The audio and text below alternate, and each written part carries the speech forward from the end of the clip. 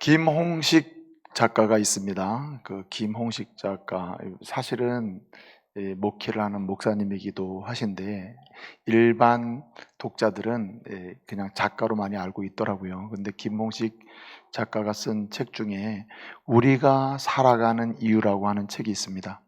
그 책에 보면 핵심적인 키워드는 사랑입니다.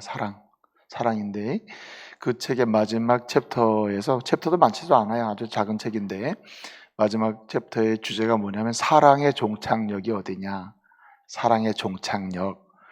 그리고 얘기하기를 용서다, 이렇게 이야기합니다. 그러면서 결론적인 얘기를 하나 해요. 아주 중요한 얘기 하나 하는데, 사람이 실패할 때 매우 괴롭잖아요. 사람이 어떤 실패를 하면 굉장히 괴로운데, 사람이 실패할 때 괴로운 이유는 실패 자체 때문이 아니라 사람이, 가까이 하던 사람이 떠나가기 때문이다, 요 얘기했습니다. 동감이 되지 않아요? 사실은 우리가 실패하면서 아름다워지고 실패하는 가운데 더 나은 인생으로 가게 되는 거 아주 필연적이잖아요. 근데 실패하게 되면 굉장히 괴롭고 아파요. 왜 그래요? 김홍식 목사님은 그렇게 얘기한 겁니다. 이게 아픈 이유는 사실은 실패 자체 때문이 아니다. 함께 하던 사람들, 가까이 하던 사람들이 실패하는 그 순간에 떠나기 때문이다, 그 얘기를 하는 겁니다. 여러분 마음에 적어도 이 사람은 나를 떠나지 않을 거야, 내 가까이서 늘 함께 할 거야 라고 신뢰되고 믿는 사람 있습니까? 나는 적어도 이런 사람이 있다. 내가 아무리 실패하고 아무리 병이 들고, 병이 들었다는 말은 건강에 실패 아닙니까? 어떤 의미에서는 그렇잖아요. 또 무슨 사업에 실패하고 인격에 약간의 모가 나 있고 여러 가지 부족함이 있어서 그런 상황이 벌어졌을 때, 그렇더라도 끝까지 나와 함께 할 사람은 이 사람이다, 이렇게 아주 신뢰가 확 되는 사람 있습니까? 근데 제가 일찍이 말씀을 드리는데 절대 믿지 마세요. 사람은 그렇게 신뢰할 대상이 아니에요. 오히려 내가 도와줄 대상이지. 그래서 여러분, 은혜란 뭘까요? 은혜는, 정말 중요한 은혜는 뭐냐면 모두가 떠나도 하나님이 나를 떠나지 않는다는 사실을 아는 것이 은혜예요. 할렐루야. 모두가 나를 떠나도 하나님은 내가 인식하지 못할 뿐이지 하나님의 자녀로 삼은 이상 영원토록 나와 함께 하신다. 이 사실이 은혜이고 이 사실을 아는 것이 은혜임을 믿으시기 바랍니다. 그래서 한번 하나님의 자녀로 부르시고 하나님의 자녀 삼으시죠. 우리가 연약해서 불순종하고 넘어질 때조차도 주님은 징계하십니다. 징계는 하실지언정 따라합시다. 버리지는 않는다. 절대 버리시지 않습니다. 이 말은 계속 함께 하신다는 거예요. 이것이 은혜입니다. 그래서 예수 믿는 것입니다. 그래서 하나님을 믿는 이유가 생기는 거예요. 하나님은 절대 우리를 떠나지 아니하신다. 우리는 주님을 떠날지 모르지만 한번 주께서 너는 내 것이라 부르시고 자녀 삼으시잖아요. 절대 떠나지 않으신다. 그리고 이 사실을 알고 기억하고 경험하며 사는 사람, 이 사람은 은혜를 받은 사람이요, 은혜를 누리는 사람이요, 은혜 속에 사는 사람이라는 사실을 우리는 잊지 말아야 하는 것입니다. 그래서 은혜 받는 게 대단히 중요해요. 은혜를 알고 은혜를 누리고 은혜 받으며 사는 게 대단히 중요합니다. 여러분, 하나님 한 번 부르시면 늘 함께 계신다, 은혜를 주신다는 말이에요. 단지 은혜를 받는 사람 입장에서 은혜를 받을 수 있고 은혜를 주심에도 불구하고 누리지 못하는 사람이 있는 거죠. 그래서 사도 바울은 그런 말도 한 거예요. 은혜를 헛되이 받지 말라. 하나님은 은혜 안 주는 분은 아니다. 하나님은 한 번 너는 내 것이라 부르시고 자녀 삼으시면 모두가 떠나가도 우리와 영원토록 함께 하신다. 그러면서 은혜를 주셔요. 단지 이 사실을 기억하고 인지하고 은혜를 고백하고 은혜 속에 사는 사람이 있는 반면에 은혜를 모르고 사는 사람이 있는 거죠. 여러분, 톨스토이의 민담집에 이런 얘기가 나와요. 한 욕심쟁이 농부가 있었거든요. 이 욕심쟁이 농부가 있었는데 이 사람을 데리고 농사를 짓는 영주가 있었습니다. 그 지역의 전체 땅이 다 그 영주 것인데, 이 영주가 그 농부에게 땅을 주고 일을 하게 해서 그도 살고 영주도 혜택을 보는 거죠. 그런데 부자가 되고 싶어하는 그 열망을 가지고 있는 그 욕심이 많은 농부, 그 사람을 보면서 이 영주가 생각을 한 거예요. 내가 저 사람에게 은혜를 좀 베풀어야 되겠다. 지금까지 나와 함께 농사를 짓고 내 농사를 져주고 나와 함께 사는 사람이니까 내가 저 사람에게 은혜를 줘야 되겠다 하고 그를 불렀습니다. 그리고 얘기하는 겁니다. 그렇게 부자가 되고 싶으냐? 부자가 되고 싶습니다. 정말이냐? 예, 부자가 되고 싶나? 그러면 내가 땅을 줄 테니 네 마음껏 갖도록 해라. 단 내가 조건을 걸 테니 그 조건을 지키면 네 땅이 될 것이다. 네, 말씀하십시오. 내일 아침 해가 뜨면서부터 내가 갖고 싶은 땅만큼 원을 그리면서 계속 걸어라. 그리고 갔다가 도착하는 것만큼 그 땅은 다 내 것이 될 것이다. 내가 다 너에게 주겠다. 이렇게 얘기합니다. 그래서 이 사람은 그 말을 듣고 너무 감사하잖아요. 영주께서 드디어 나에게 은혜를 베푸시는구나. 이 은혜를 마음껏 내가 누려야 되겠다. 그리고는 준비를 단단히 하고 아침 일찍이 새벽 뜨기 전부터 준비를 했다가 해가 딱 뜨면서부터 시작해가지고 막 뛰기 시작했습니다. 많이 뛰어서 갔다 와야 내 땅이 되니까 부지런히 뛰고 또 뛰고 또 뛰고 한참 뛰다 보니까 해가 중천을 지나서 해가 지고 있는 거예요. 그래서 너무 많이 왔나 보다. 안 되겠다. 이제는 도로 돌아가야 이게 다 내 땅이 되는구나. 그래가지고 다시 돌아서 뛰기 시작했습니다. 근데 벌써 해가 막 져가는 거예요. 드디어 마지막 산마루만 넘으면 되는데 마지막 산마루 넘어 올라가가지고 딱 서서 그 마을을 출발선을 보니까 전부 기다리고 있는 것입니다. 그 은혜를 베푼 영주도 기다리고 있고, 그래가지고 그냥 이 사람이 막 어떻게든 들어가야지 막 뛰어가지고 겨우겨우 해 떨어지기 전쯤에 해 떨어짐과 동시에 그냥 딱 출발선에 들어간 거예요. 그래서 그 땅이 다 그의 것이 되는 거죠. 너무 무리하게 뛰어가지고 죽고 말한 겁니다. 이 사람이 도착하면서 그 땅이 다 됐는데 이 사람은 죽고 만 거예요. 여러분, 은혜를 베풀 때 은혜를 은혜로 받아야지 은혜를 욕심으로 받으면 은혜가 되질 않는 거예요. 왜? 하나님은 함께 하시면서 은혜를 베푸시는데 어떤 사람은 더 나은 삶으로 나가지 못하고 더 아름다운 인격으로, 더 아름다운 가정으로, 더 아름다운 교회로, 더 아름다운 공동체로 이렇게 만드는 축복의 통로가 되지 못하냐 말이에요. 그런 걸 못 보냐 말이에요.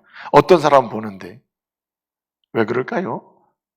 하나님은 함께 하시면서 은혜를 베푸심에도 불구하고 은혜를 받지를 못하기 때문에, 은혜를 제대로 안 받아서 그런 거예요. 그래서 여러분, 은혜를 제대로 받은 사람의 표현이 뭐냐면 모든 것이 다 뭐라고요? 하나님의 은혜입니다. 이렇게 고백하면서 하는 거죠. 마음에도 모든 것이 하나님의 은혜다.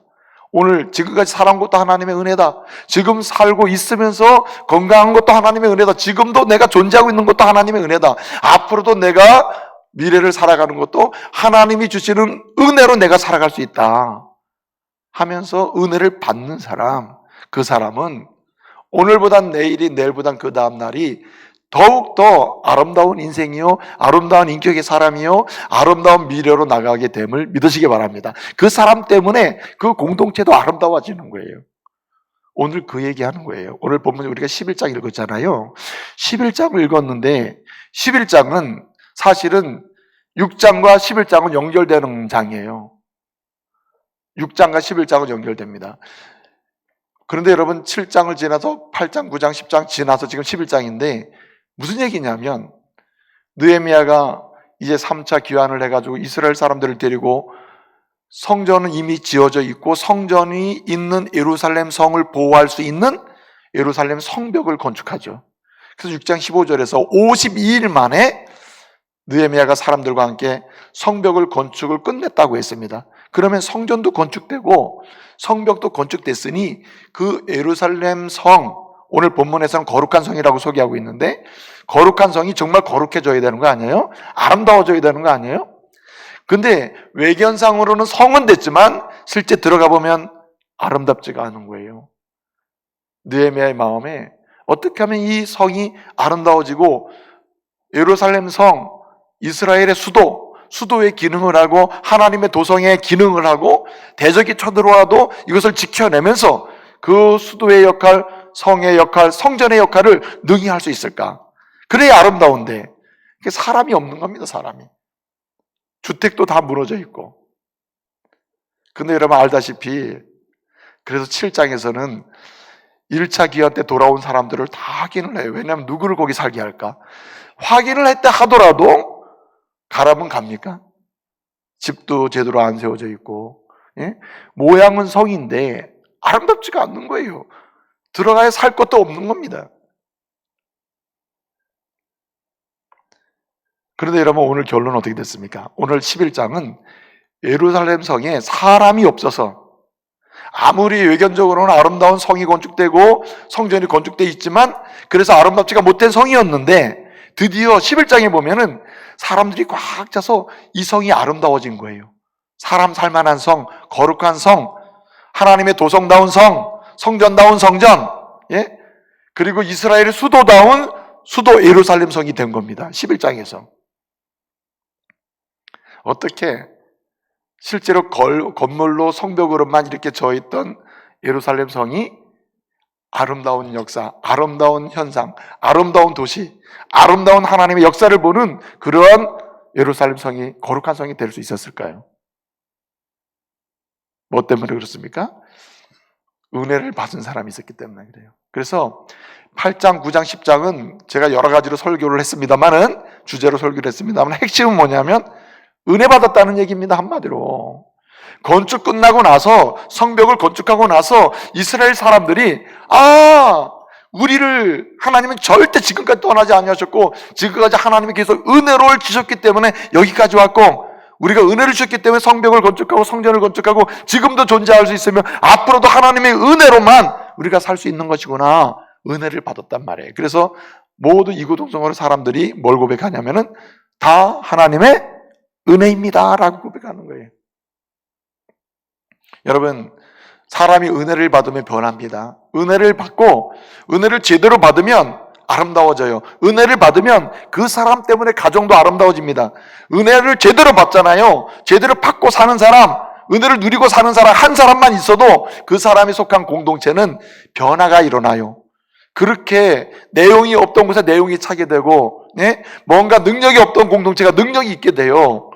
그렇게 우뚝거리 건물로만 서 있던 예루살렘 성 같은 곳이 아름다워지는 것입니다. 누가 있을 때? 은혜 받는 사람이 있을 때, 은혜를 경험하는 사람이 있을 때, 함께 하시면서 주시는 은혜를 누리는 사람이 있을 때, 그 사람 때문에 성도 아름다워지고 가정도 아름다워지는 거예요. 왜 은혜 받는 사람, 모든 게 하나님의 은혜입니다 이렇게 고백하는 사람이 있으면 그의 인격도 그의 삶도 미래도 아름다워지고 그가 속한 가정이나 교회나 공동체가 아름다워집니까? 세 가지 이유 때문에 그래요. 첫째는 자리를 지키기 때문에 그렇습니다. 자리를 지켜요. 여러분 은혜 받게 되잖아요. 은혜 받은 사람의 특징 중에 하나가 뭐냐면은 자리를 지켜요. 그동안 내 자리를 잃어버리고 내 자리인지 모르고 살았던 사람이 내가 있어야 될 자리가 여기구나. 그 자리를 찾아서 자리를 지키게 되는 겁니다. 오늘 1절을 보게 되면 이렇게 얘기해요. 백성의 지도자들이 예루살렘에 거주하였고 했습니다. 이 말은 6장을 배경으로 놓고 보면 그래요. 다 건축해 놨는데 아름답지가 않아요. 왜냐하면 거기 살 사람이 없기 때문에. 그래서 살으라고 해도 들어갈 사람이 없어요. 전부 피해요. 도망가요. 들어가고 싶지가 않은 거예요. 왜냐하면 살만한 곳이 아니니까. 그런데 은혜를 받은 지도자들, 은혜를 누린 지도자들, 모든 게 하나님의 은혜입니다 고백하는 이 지도자들이 은혜를 받고 나니까 이들이 어떻게 해요? 누가 시키지도 않았는데 그 지도자들이 어디에 거주했다고요? 예루살렘 성에 거주했다라고 했습니다. 여기 거주했다는 말이 뭐냐면 야샤브라는 말인데 자리를 잡고 앉는다는 뜻이에요. 자리를 잡는다, 앉는다, 그래서 지킨다 이런 뜻이에요. 이건 내 자리구나, 내가 살아야 될 자리구나 하고 거기 살고 그냥 본문상으로 보면 계속형입니다. 계속 지키고 있는 거예요.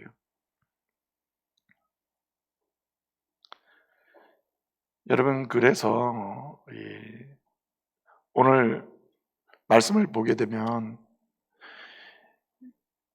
여러분 워너메이커 들어봤어요? 워너메이커? 워너메이커가 이제 백화점 왕이고 굉장히 미국 사회에서 굉장히 부유했던 큰 그룹을 가지고 있던 분인데, 이분과 관련된 책이 있어요. 정광 목사님 쓴 책인데, 성경이 만든 사람, 이런 제목이 있습니다. 제목이 책이 있는데, 성경으로 만들어진 사람이래. 이 사람은 성경을 정말 사랑한 사람이에요. 근데 이 워너메이커가 미국의 벤자민 해리슨이라는 대통령이 있었는데, 그 대통령이 어느 날 이 워너메이커에게 전화를 해요. 뭐라고 했냐면, 당신이 최신부 장관을 장관직을 좀 맡아줘야 되겠다, 이렇게 부탁을 합니다.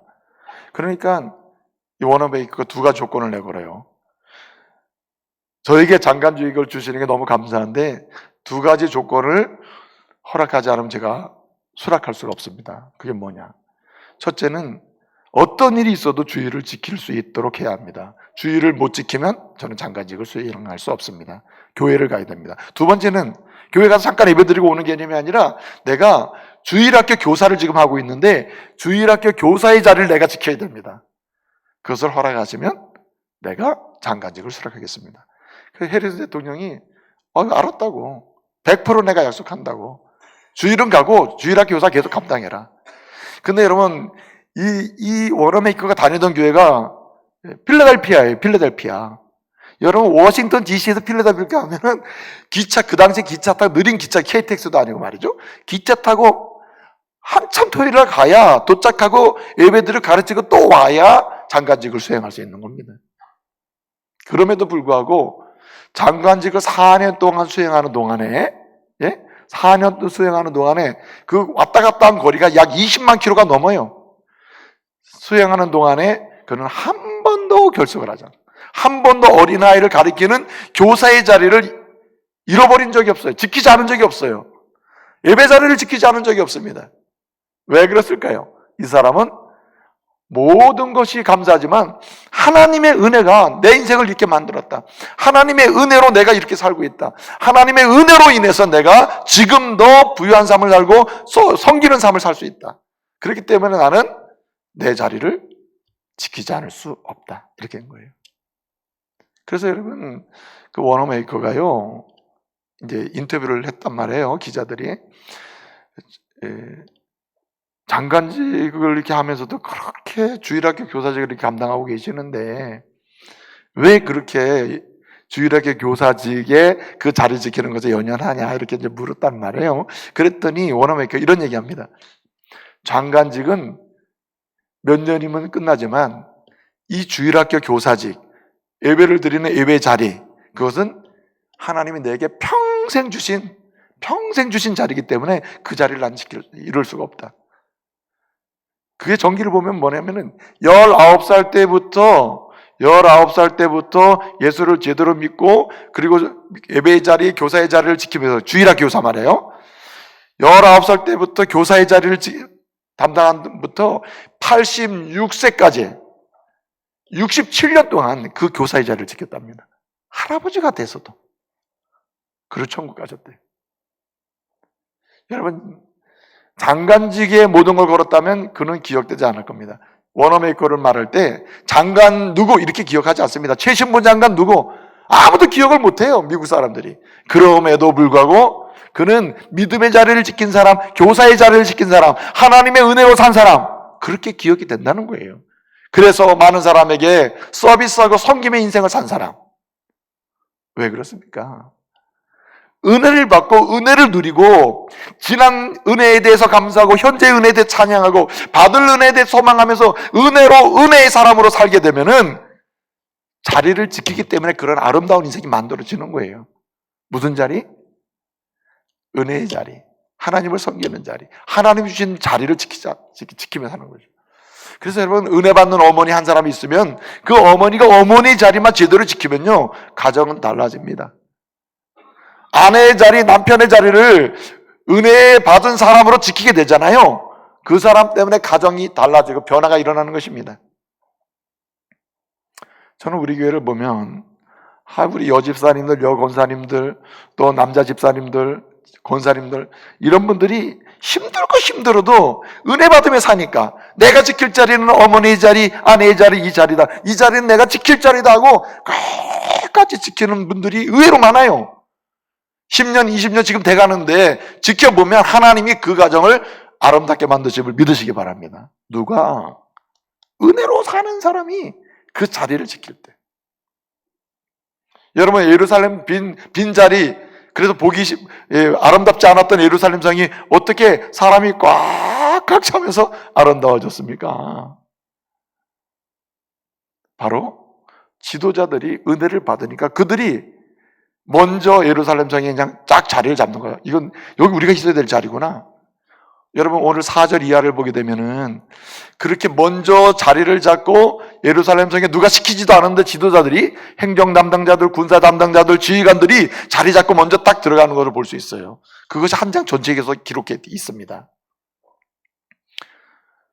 4절에 보게 되면 3절 하반절에 보면 그렇게 자리 잡고 지킬 자리를 지킨 사람들, 그래서 예루살렘 성에 자리 잡고 산 사람들, 지도자들이 이러하니라고 하면서 4절에서 어떻게 얘기합니까? 4절에서 유다의 지도자는 이러하다 2명을 소개하고 그 2명이 자리를 잡으니까요, 그 2명의 지도자 지하에 따라가는 사람이 468명이 따라가서 자리를 잡는 겁니다. 예루살렘에.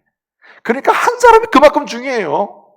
7절에 보게 되면은 베냐민 자손들이 지도자들이 5명이 은혜를 받고 은혜 받으니까 자리를 지켜야 되거든요. 예루살렘 성이 우리가 지켜야 될 자리 그리로 갑니다. 그랬더니 928명이 따라 들어가요. 없던 성이, 사람이 많지 않았던 성에 사람이 막 몰려드는 겁니다. 왜 그래요? 은혜를 받으니까 자리가 보여요. 자기가 지켜야 될 자리가 보인단 말이죠. 여러분, 10절에 보면은 제사장들이 얼마나 많았겠어요? 제사장 중에 6명이 은혜 받고 나니까 우리가 지켜야 될 자리가 여기가 아니고 저 성 안이네. 그리고 6명의 지도자가 들어가요. 그랬더니 그들을 따라 들어간 사람이 1192명이요. 1192명이 따라 들어가요. 10절 이하를 보면. 더 재밌는 것은요, 15절에 보게 되면 레인들, 성전을 섬기고 성전에서 노래하고 또 성전에 잡다한 일을 하고 많은 일을 하잖아요. 그 성전을 지키는, 성전을 봉사하는 사람들 중에 지도자들이 6명이 은혜를 받으니까 보여요. 우리가 지켜야 될 자리는, 있어야 될 자리는 여기가 아니네 하고 예루살렘 성 아니냐고 6명이 들어간다니까요. 그랬더니 284명이 또 따라 들어가요. 여러분, 성전을 지키는 문지기들이 많았습니다. 문지기 중에 2명의 지도자가 은혜 받고 나니까 우리가 있어야 될 자리는 성전 밖이 아니고 성 밖이 아니구나, 성 안으로 들어가야 되구나, 아무리 성 안에 집이 없고 가옥이 없고 살만한 곳이 아니라 할지라도 우리가 있어야 될 자리는 거기구나 하고 2명의 지도자가 들어갔어요. 몇 명이 따라 들어갔습니까? 19절 이하를 보게 되면은 174명이 따라 들어가 버려요. 총 몇 명이죠? 계산을 할 수는 없겠죠. 3044명이 따라 들어갔어요. 여러분, 예루살렘 성 안에 건축이 돼서 사람이 살지 못하는, 사람이 별로 없는, 아름답지 않는 그 성이 아름다워지고 수도의 기능을 하고 누가 들어와도 공격해도 지킬 수 있는 성이 됐다. 3,000명이 더 들어가요. 이게 다 어디서 시작됩니까? 은혜 받고 난 지도자들이 뭘 지킴으로? 자기가 있어야 될 자리를 지키니까 그런 역사가 일어나는 겁니다. 그러니까요, 이 시대에도요, 우리가 지켜야 될 은혜의 자리, 그 자리를 지키면 기도의 자리를 지키잖아요. 그 기도의 자리를 지키는 한 사람 때문에 그곳이 아름다워집니다. 여러분, 링컨 알죠? 링컨은요, 링컨에 관한 책이 말하면 백악관을 기도실로 만든 사람, 그거 들어봤죠? 그 정강 목사님 쓴 책인데, 그 책을 보게 되면 링컨은 하나님의 은혜로 대통령이 되고, 나 같은 사람이 어떻게 의원이 되고 대통령이 되고 나 같은 사람이 어떻게 이렇게 엄청난 일을 하게 되었는가, 그는 잊지 않았습니다. 나는 은혜로 사는 사람이구나. 하나님의 은혜로 내가 여기까지 왔구나. 앞으로도 내가 대통령 사역을 하는 동안 대통령 이후에도 하나님의 은혜로 이 조국을 위해서 일할 사람이구나. 하나님의 은혜로. 그 하나님의 은혜를 잊지 않으니까 뭐가 보여요? 자기가 대통령을 제대로 하려면 무슨 자리를 지켜야 돼요? 기도의 자리를 지켜야 되는구나. 그 백악관에 기도실을 만들고 그 자리를 지켰단 말이에요. 그랬더니 어떻게 해요? 그가 통치하는 동안에 미국이라는 나라가 새로워지지 않습니까? 아름다워지잖아요. 그래서 여러분, 경계선에 서 있으면 안 됩니다. 경계선에. 은혜를 받고도 은혜를 받아 누리지 못하고 받은 줄 모르고 사는 사람은 항상 경계선에 섭니다. 베드로가 얼마나 예수님의 은혜를 받았어요? 3년 동안 얼마나 예수님의 은혜를 받았습니까? 근데 그 받은 은혜를 누리지 못하고 은혜의 사람으로 서 있지 못하니까 예수님을 따라가요. 이제 재판을 받으러 예수님이 들어갑니다. 체포돼서 따라갑니다. 예수님을 따라가죠. 어떻게 따라갔다 그랬죠? 마태복음 26장을 보게 되면 멀찍이 따라간다. 멀찍이. 경계선에 서 있는 겁니다. 한 발 디디면 예수님 쪽으로, 한 발 디디면 세상이에요. 자리를 못 잡는 거예요. 자리를. 함께 하든지 따로 있든지 둘 중에 하나인데 경계선에 서 있는 거죠. 오늘날 많은 그리스도인들이 경계선에 서 있기 때문에 자기 인생도 아름답지 못하고 자기로 인하여 가정도 공동체도 아름다운 역사를 보지 못해요. 왜 그러냐면 확실하게 자리를 지키지 못하기 때문에 그래요. 은혜의 자리면 은혜의 자리, 아니면 세상 자리는 세상 자리여야 되는데 발을 하나씩 걸치고 있는 거예요. 한 발은 예수 쪽으로, 한 발은 세상 쪽으로. 자리가 불분명하잖아요, 이거. 여러분, 오늘 유다 자손, 베레스 자손들이 468명이 2명의 지도자를 따라서 이제 그 자리를 지키게 됐는데 이 사람들이 뭐라 그랬어요? 마지막 6절을 보게 되면 이 사람들 468명이 다 뭐라? 용사라 그랬습니다. 용사라. 여러분, 은혜를 받으면 아무리 약한 사람도 하나님이 쓰시고자 하시는 그 일과 현장에서 용사가 됨을 믿으시기 바랍니다. 왜 그래요? 자리를 확실히 지키기 때문에 용사가 되는 겁니다. 용사는 다른 데 있지 않아요. 자리를 정확히 지키면 그 사람이 용사로 쓰임받기 시작하는 것입니다. 여러분, 다니엘 있죠. 다니엘 세 친구 있죠. 다니엘 3장을 보게 되면 다니엘 세 친구 이야기 나오거든요. 사드락, 메삭, 아벳노고 세 사람 나오죠. 풀무불에 던지잖아요. 그들이 뭐라고 얘기합니까? 그들이 이렇게 얘기하죠. 우리가 풀무불에 던져지더라도 하나님이 우리를 살리실 것이다. 살리지 않아도 우리는 겁나지 않는다. 우리가 믿음을 지키는 게 주님의 역사다. 예? 그리고 그냥 가는 거 아닙니까? 주님의 역사. 자리를, 믿음의 자리를 지키는 거, 믿음의 자리를. 다니엘 6장을 보게 되면 뭐라고 그럽니까? 다니엘은 이렇게 얘기하죠. 내가 우상숭배 절대 못한다. 나는 절대로 기도하는 일을 쉬지 않겠다. 그리고 매일마다 예루살렘을 향하여 창문을 열고 기도의 자리를 지켰다. 왜 그래요? 다니엘은 알았습니다. 자기가 이방 땅에 와서 총리가 되고 이방 땅에 와서 이렇게 쓰임받는 것 다 누구의 은혜? 하나님의 은혜다. 은혜. 하나님과 무관한 삶의 자리는 내 자리가 아니다. 그렇게 하는 거죠. 또 한 가지는 오늘 여기 말씀 보게 되면은 왜 은혜를 받고 은혜를 누리고 은혜에 응답하는 그 사람은 개인의 인생도 그로 인해서 그가 속한 공동체도 점점 아름다워지는가? 여러분, 자리를 지킬 뿐만 아니라 주님의 뜻을 지키기 때문에 그래요. 오늘 2절을 보게 되면 이렇게 얘기합니다. 뭐라고 얘기합니까? 예루살렘에 거주하기를 자원하는 사람들이 있다 그랬어요. 자원한다. 그리고 그 앞에 말씀을 보게 되면 뭐라 그랬어요? 이렇게 얘기합니다. 1절에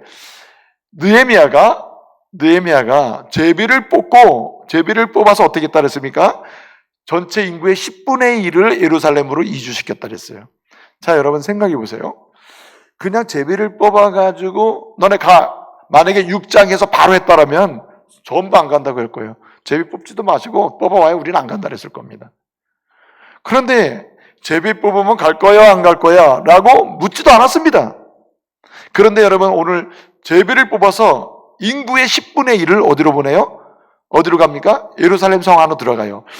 여러분, 1차 귀환자들이 느헤미야 7장 55절을 보면 뭐라고 되어 있냐면은 느헤미야 7장에서 1차 기한제 전체 인원이 49,940명이에요. 노비 포함, 노래하는 사람 포함 49,940명. 그러니까 약 5만 명 되잖아요. 근데 여기서 제비를 뽑는 겁니다. 제비를 가문별로 뽑아가지고 10분의 1이면 몇 명이죠? 약 5,000명 되죠. 그러면 앞에서 지도자가 은혜를 받아가지고 자기 자리를 지킴으로 들어간 사람 한 3,000명 되죠. 그 다음에 제비를 뽑아서 약 5,000명 정도가 예루살렘 성에 들어가 살게 되는 겁니다. 오늘 본문 말씀을 보면. 그런데 여러분 아무도 반대하지 않아요. 제비 뽑아봐야 난 안 갑니다. 이런 사람이 나타나질 않아요. 왜 그래요? 8장, 9장, 10장을 거치면서 그들은 주님은 우리를 버리지 않고 함께 하셨구나. 이게 은혜구나. 함께 하시면서 우리의 모든 필요를 공급하시는구나. 지난날도 주님 때문에, 지금도 주님 때문에, 앞으로도 주님의 은혜로 우리가 살 수 있구나. 은혜의 사람, 은혜의 고백, 은혜의 감격 속에 있으니까 그들은 뭘 지키게 돼요? 주님의 뜻을 지키게 되는 것입니다.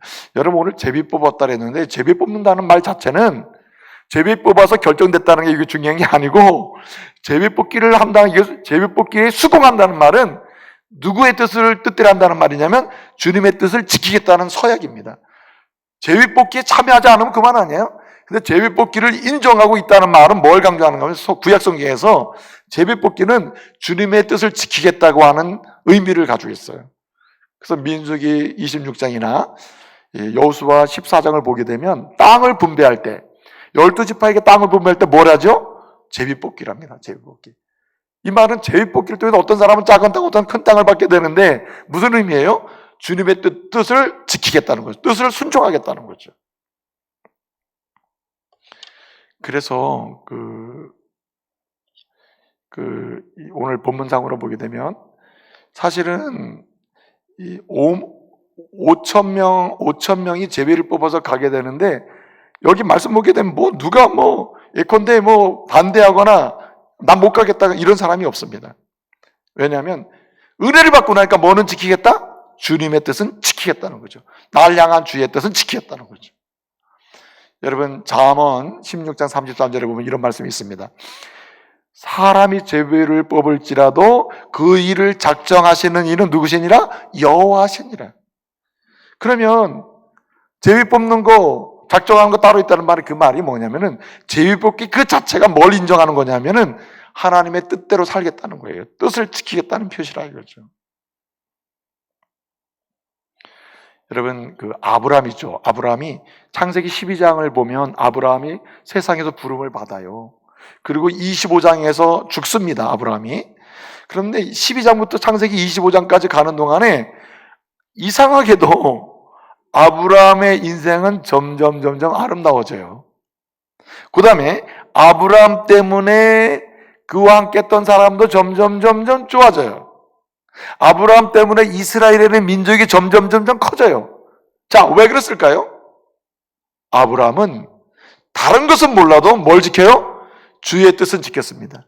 뭘 받고 나니까 하나님의 은혜를 알고 내가 부름받은 것도 은혜이고 그리고 내가 믿음의 조상이 되는 것도 은혜고 복의 근원이 되는 것도 은혜구나. 은혜인 줄 알고 은혜의 사람이 되니까 뭘 지키게 됐냐면 주님의 뜻만큼은 내가 지키겠다.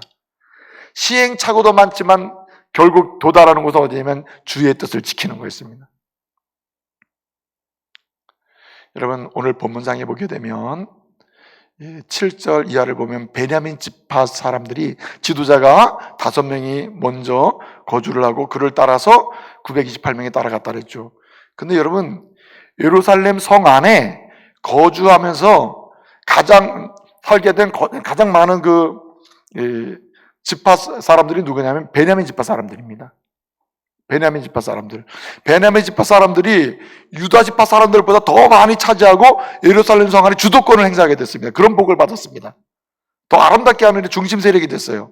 근데 여러분 보세요. 베냐민 지파는 사사기 20장을 보면 11지파와 베냐민 지파 내전이 있습니다. 베냐민 지파가 깡패들, 아주 악한 죄를 지은 깡패들을 공개 재판에 내놓지 않고 자기네가 보호하고 내놓을 수가 없다. 이렇게 되는 바람에 싸움이 일어납니다. 내전이 일어나요. 그 11지파와 베냐민 지파가 전쟁을 하는 동안 어떻게 됐습니까? 베냐민 지파가 아주 초토화가 되죠. 마지막 몇 명 남았어요? 600명이 남았어요. 한 지파가 싹 몰살을 하고 600명이 남았다니까. 600명. 그런데 600명이 남은 그 지파가 점점 커져서 큰 지파가 되고, 지금은 포로에서 돌아온 다음에 예루살렘을 아름답게 한 지파 중에 대표적인 지파가 됐습니다. 왜 그랬을까요? 그런 과거를 경험하고 난 다음에 이 지파가 한 가지 깨달은 게 있어요. 주님의 은혜로 사는 이스라엘 백성으로서 다른 것은 몰라도 뭐는 지킨다? 주님의 뜻은 지킨다. 주님의 뜻이라면 지킨다는 거예요. 여러분, 그래서요, 솔로몬 다음에 이스라엘이 남과 북으로 갈라지죠. 남과 북으로 갈라지잖아요. 그러니까 다른 지파들이 유다 지파, 곧 다윗 왕, 솔로몬 왕, 르호와 왕, 그렇게 그 지파에서 계속 왕이 나오잖아요. 그 지파를 싫어하는 거예요. 12지파 중에 11지파가 다 유다 지파를 싫어할 수밖에 없어요. 왕이 거기서 나오니까. 근데 이제 남과 북으로 갈라지는데 10지파는 이제 유다 지파 함께 할 수 없다. 우리는 독립한다고 북쪽으로 가버렸어요.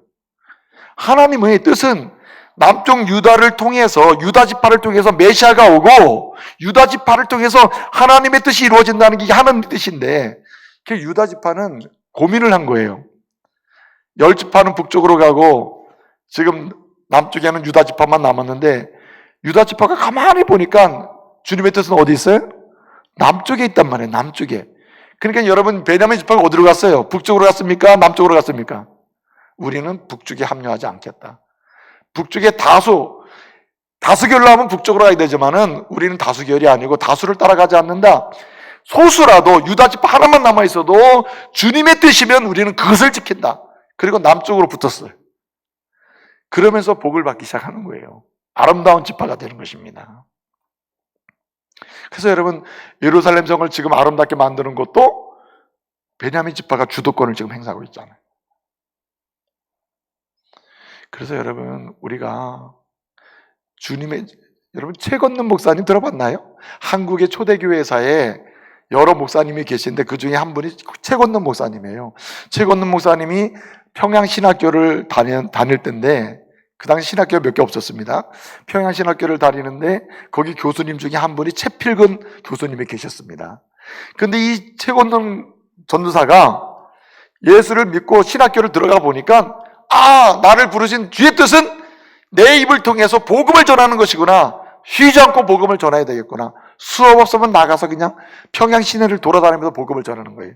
어느 날 버스를 타고 차를 타고 이렇게 차 안에 돌아다니면서 복음을 전하는 거예요. 설명을 하다 보니까 너무너무 이게 안 되는 거예요. 너무 길어, 설명이. 그러니까 이 최건능 목사님은 안 되겠다. 이러다가 몇 명 전하지도 못하겠구나. 축약해야 되겠다. 축약한 게 뭐냐면 예수, 천당, 불신, 지옥. 그래가지고 막 차 안에 다니면서 형제님, 예수 천국입니다. 불신 지옥입니다. 예수 믿으십시오. 그리고 막 복음을 전하는데 마침 최필근 교수님이 그 차 안에 타고 앉아있던 거예요. 그러니까 이 최필근 교수님이 최전주사, 나야, 최 교수야. 그러니까 이 최건능 전도사가 그 교수님 보더니, 아니, 왜 교수님은 벙어리입니까? 교수님, 신학대 교수님이고 우리같이 이렇게 부름받은 사람은 뒤에 뜻이 뭐라고요? 복음을 전하는 건데 왜 안 지키자고. 그래서 그 목사님이 아주 충격을 받았다는 얘기가 있어요. 이 최건능 전사님은 그 뒤로 왜 알려지게 됐냐면, 나를 향한 주의 뜻은 내가 반드시 지킨다. 그 뜻은 복음 전하는 거죠. 평생 그렇게 주의 뜻만 지키다가 천국 간 사람, 최건능 목사님이라 이거죠. 마지막 한 가지는, 여러분 오늘 본문상으로 보게 되면 2절에 예루살렘에 거주하기를 자원하는 모든 자들을 위해서 백성들이 복을 빌었다 그랬습니다. 여기 자원하는 사람이라 했는데 이 말은 뭐냐면, 은혜를 받고 예루살렘을 아름답게 한 사람이 세 부류가 있는데, 하나는 지도자들이 은혜 받고 자기 자를 지킴으로 그렇게 됐고, 두 번째는 제비뽑기를 통해서 약 5,000명 되는 사람이 주님의 뜻을 우린 지킨다. 은혜 받고 주의 뜻을 지키는 가운데 5,000명이 들어가는 게 8,000명도 되죠. 근데 나머지 인원 중에 상당 부분이 누구냐면, 우린 제비뽑기에 당첨된 것도 아니고 지도자도 아니지만 우리는 뭘 지킨다? 우리를 향해서 주님이 주신 마음, 헌신하는 마음을 지킨다. 그 헌신의 마음을 지키는 가운데 성을 아름답게 한 사람이다. 이 사람 들어갔어요, 이 사람들. 오늘 2절에 이렇게 얘기합니다. 예루살렘에 거주하기를 자원하는 사람들을 백성들이 축복했다. 여기 자원한다는 말은 나다브라고 하는 말인데, 이 말은 한마디로 얘기하면 즐거운 마음으로 일한다는 뜻입니다. 즐거운 마음으로 일한다. 헌신된 마음을 지키면서 주님이 내게 하라고 하는 일을 한다는 거예요. 그러니까 헌신된 마음, 즐거운 마음, 은혜의 마음을 지키면은 그 사람도 아름다워지고 그 사람 때문에 삶의 자리가 아름다워지는 것이죠. 여러분, 누가 마음을 지킬 수 있습니까? 은혜를 받아야 헌신하는 마음을 지킬 수 있어요. 은혜 못 받죠? 헌신하는 마음을 갖다가도 그 마음을 버리게 되죠. 근데 은혜를 받으니까 이 사람들이 어떻게 해요? 헌신하는 마음을 마음속에서 버리지 않고 지킬 수가 있었다는 거죠. 근데 여러분, 헌신하는 마음을 가지잖아요. 헌신하는 마음 때문에 지키니까 예루살렘 성 하나 들어가기도 하고, 그러면 이 사람들 때문에 한 1만 명이 됐거든요. 그 성이 갑자기 성다운 성, 도시다운 도시가 막 돼버린 겁니다. 자, 그런데 들어가지 못하는 사람들도 어떻게 했습니까? 오늘 2절을 보게 되면 그렇게 자원하여 들어가는 사람들을 뭐 했다 그랬죠? 나머지 백성들, 들어가지 않는 사람들, 그냥 밖에 사는 사람들, 그 사람 뭐 했다 그랬습니까? 오늘 그들을 위하여, 들어간 사람들을 위하여 복을 빌었다.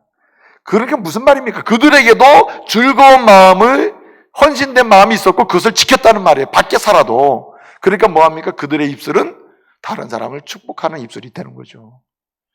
그러니까 어떻게 합니까? 삶이 달라지고 아름다움의 역사가 개인도 공동체에 일어나게 된 거죠. 그래서 여러분, 오늘 여기 본문상으로 보게 되면 사실은 이 11장 지나면서 있잖아요. 11장을 지나면서 추정된 인원이 예루살렘 성이 약 한 1만 명 정도로 거주한 성이 되었다고 추정을 해요. 예를 들어서 5천 명이 제비 뽑기로 주의 뜻을 지킴으로 갔고, 그리고 약 한 3천 명 정도가 자리를 지킴으로 들어갔고, 그 다음에 일부의 남은 인원이 뭐함으로? 헌신된 마음을 지킴으로 자원에 들어가 버렸고, 그럼 1만 명 정도가 됐다는 거거든요. 근데 오늘 25절부터 36절까지 보게 되면 예루살렘 성 밖에 사는 사람들의 이야기가 좀 나옵니다. 이들조차도 뭐 하는 말이에요? 있을 자리 각각의 자리에서 지켰고 주님의 뜻대로 했고 즐거운 마음을 지키면서 헌신했다는 말이죠. 그러니까 달라졌다는 말이에요. 여러분, 하트라고 하는 심리학자가 있는데 그 마음의 습관이라는 책이 있어요. 마음의 습관. 여러분, 습관이 뭐예요?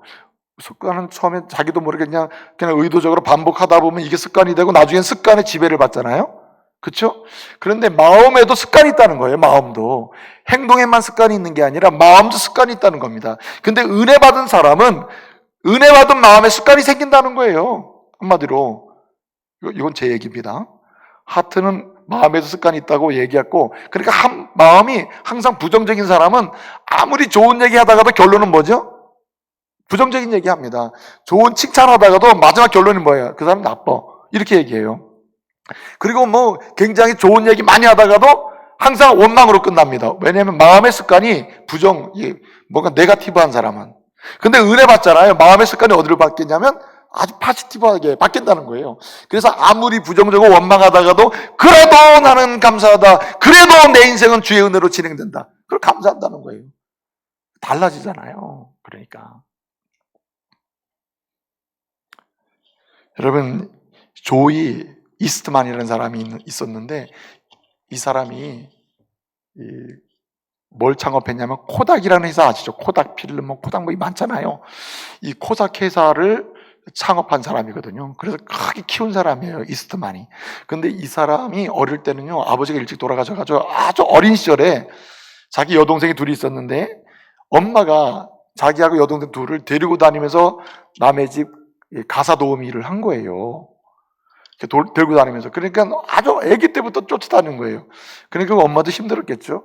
근데 그 엄마가 가사 도우미 일을 하는 걸 보고 조지 이스트만이 두 가지를 배웠대요. 첫째는 엄마는 가사 도우미 일을 하면서 쉬지 않고 마루를 닦고 거울을 닦고 항상 닦는다는 거죠.